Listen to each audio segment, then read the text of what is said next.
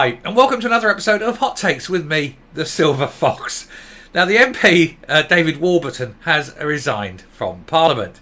He is the fourth to go, but he's the first that isn't resigning through either being Boris Johnson or resigning because of Boris Johnson.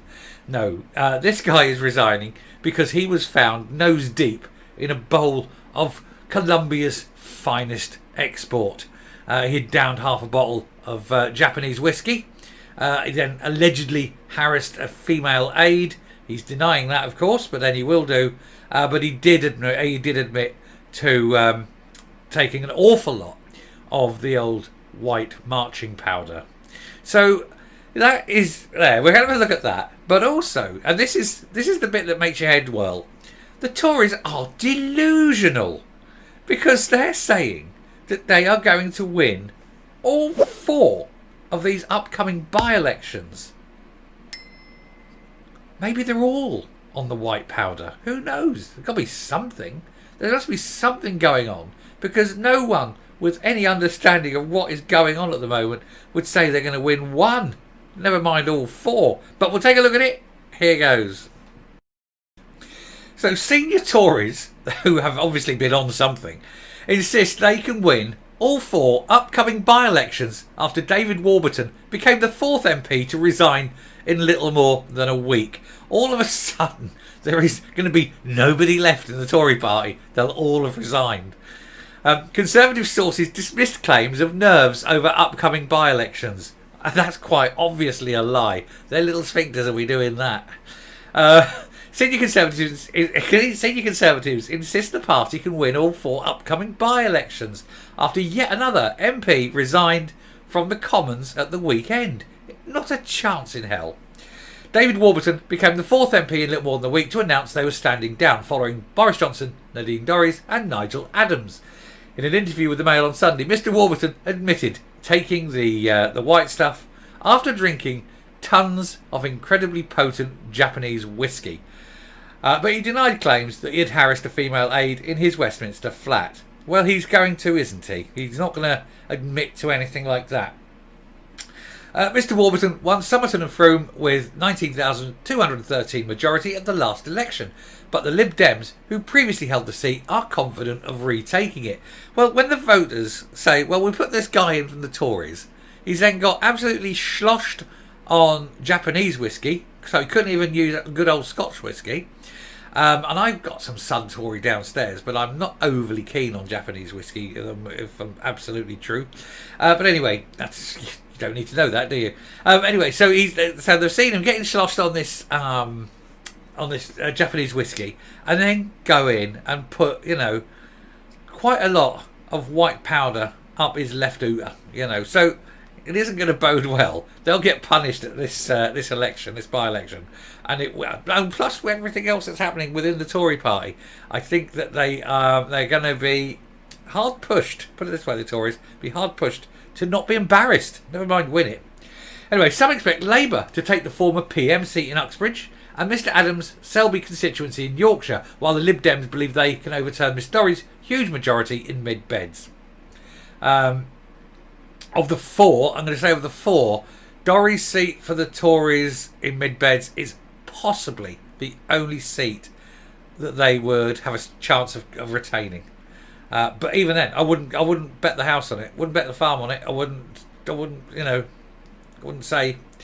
Anyway, asked yesterday if the Toryship was sinking, Michael Gove told GB News, "No, we have four by-elections, and I'm confident that the Conservative message will prevail." Mr Gove previously admitted years ago to taking similar materials as Mr Warburton. So I think that they're still on it. They've got to be on that, and worse. Something psychedelic perhaps. It's the only way that can possibly be in their mind genuinely that they think they're going to win these seats. They absolutely have to be, don't they? Anyway, he said, we're the party that's committed to halving inflation, to making sure we reduce debt, that we grow the economy, we cut the NHS waiting lists, and that we also stop the boats. Let's see. Inflation has more than tripled under the Tories. So now you want to halve it. So that would be still an increase in inflation. You want to reduce debt. Well, you single-handedly, and in fact Rishi Sunak single-handedly increased debt massively and moved it from private debt to public debt, moving everything out so that the taxpayer ended up with a debt, not private companies. That's what you did. It says you want to grow the economy. We're in recession, so you failed at that. It said cut NHS waiting times. They're now at an all-time high. And you want to stop the boats. Well, you haven't yet, with 10,000 coming in a month. What is wrong with you? Don't keep talking. Do. If you want to do something, do it. Don't talk about it, because you're full of crap. Anyway, former Cabinet Minister David Davis dismissed suggestions the Tory Party is in a similar state to John Major's ahead of the Labour landslide in 1997. Good heavens no, John Major's party at that time was in a much better position. It had much more respect. Yes, there was sleaze, but it was only sexy sleaze. It wasn't money sleaze. It wasn't all sorts of terrible things involving white powders and infighting and civil war. It was John Major banging, what's her name? Edwina Curry. That was the worst of it. Who'd have thought John Major had it in him? Good God. I mean, Edwina Curry had it in her, didn't it? A couple of times. But anyway, we'll leave that there. But they are absolutely delusional if they think they're going to win these 4 seats. Unbelievable. Anyway, I shall round off there and come up. Now, there is another reason. I didn't mention it there because I deliberately wanted to keep it to this section. There is another reason why the Tories are going to lose all 4 seats. Or certainly 3 of the 4 for sure. And that is in the form of Mowgli. Now, when he became Prime Minister, it wasn't at the behest of the membership.